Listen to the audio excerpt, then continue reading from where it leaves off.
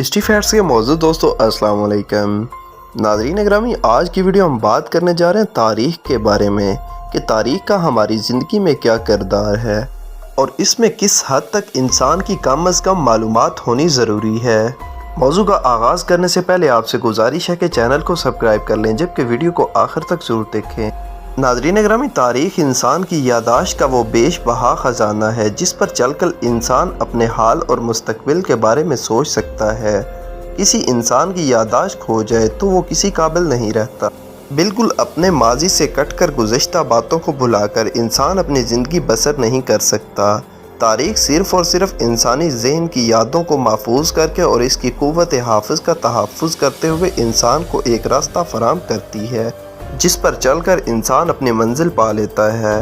علم تاریخ کی اپنی تاریخ بہت ہی پرانی ہے۔ جب سے انسان دنیا میں آیا ہے تاریخ کا آغاز تو اس دن سے ہی ہو گیا تھا۔ تاریخ کی اہمیت اور مقصدیت کا اندازہ اس چیز سے بخوبی لگایا جا سکتا ہے کہ اللہ تعالیٰ نے قرآن پاک میں خود انبیاء علیہم السلام کے واقعے جو تاریخی نوعیت کے ہیں بیان کرتا ہے، جس سے انبیاء کے حالات اور ان کے دور کا علم ہو جاتا ہے۔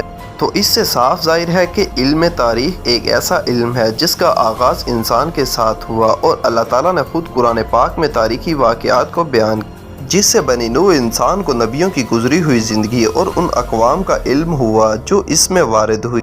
بس علم تاریخ ایک ایسا علم ہے جو اپنے اندر ایک مقصدیت اور معنی رکھتا ہے۔ تاریخ کے بغیر کوئی قوم، کوئی نسل، کوئی انسان مکمل نہیں ہے، بلکہ تاریخ کے بغیر دنیا کا ہر علم ناکافی ہے۔ اب ہم تاریخ کے متعلق اس بات کا جائزہ لیتے ہیں کہ تاریخ کیا ہے، اس کی تعریف اور مفہوم کی وضاحت ہو سکے۔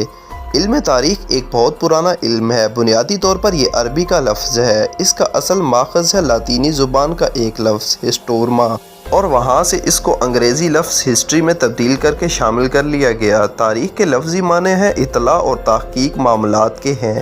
اصطلاح میں تاریخ اس وقت کے بتانے کا نام ہے جس سے زاویوں کے حالات وابستہ ہیں۔ انگریزی کے لفظ ہسٹری کے معنی بھی بالکل یہی ہیں، یعنی ابتدائی تفتیش اور تحقیق، یعنی ابتدائی تحقیق اور تفتیش کسی بھی علم میں ہو سکتی ہے۔ اس لیے ہم صرف علم تاریخ کے متعلق ہی بات کریں گے۔ مختلف مفکرین کے خیالات تاریخ کے بارے میں مختلف ہیں۔ ہر ایک نے اپنے دماغ، حالات و واقعات اور ریسرچ کے مطابق علم تاریخ کی تعریف کی۔ اگر چند کے بارے میں آپ کو بتائیں تو کارلائل نے تاریخ مختلف سوانح عمریوں کا نچوڑ بتایا ہے۔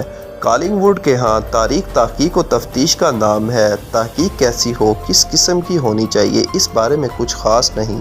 برٹرینڈ رسل نے تاریخ زیادہ تر اس سوال کا جواب فراہم کرتی ہوئی بتائی ہے کہ واقعات کس طرح رونما ہوتے ہیں۔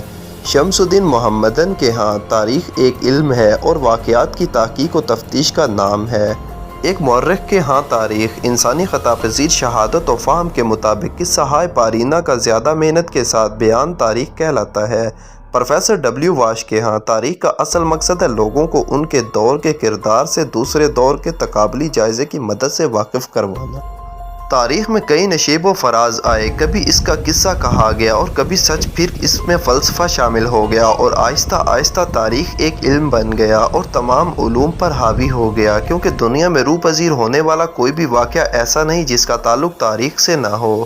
تاریخی واقعات سے انسان گزرے ماضی کے واقعات کے مطالعے سے جرأت مند ہو جاتا ہے اور اس جرأت مندی میں بیش بہا اضافہ ہو جاتا ہے۔ برٹرینڈ رسل کہتا ہے تاریخ ایک دلچسپ مضمون ہے۔ اس کا مطالعہ انسان کو جرأت مندی کا جذبہ عطا کرتا ہے۔ جس معاشرے کو اپنی تاریخ کا علم ہوگا وہی معاشرہ اپنے وجود کے بارے میں بھی آگاہ ہوگا۔ انسان جب اپنے آپ سے آگاہ ہوگا تو کچھ کرنے کے قابل ہوگا، تو یہ آگاہی تاریخ فراہم کرتی ہے۔ یادداشت کے بغیر تو انسان مخبوط الحواس گردانا جاتا ہے۔ اس طرح اگر وہ تاریخ سے بے خبر ہوگا تو ظاہر ہے اپنے ماضی، اپنے آپ سے بے بہرہ، تو کس طرح آئندہ کے بارے میں سوچے گا، وہ بے بس ہوگا اور معاشرے کے رحم و کرم پر ہوگا اور اس کے ساتھ جیسا چاہیں سلوک کریں۔ پروفیسر ڈبلیو واش کے مطابق دو ادوار کے موازنے سے جو بات نکلے وہ عام انسان کو سمجھانا ثقافت و تاریخ کہلاتی ہے۔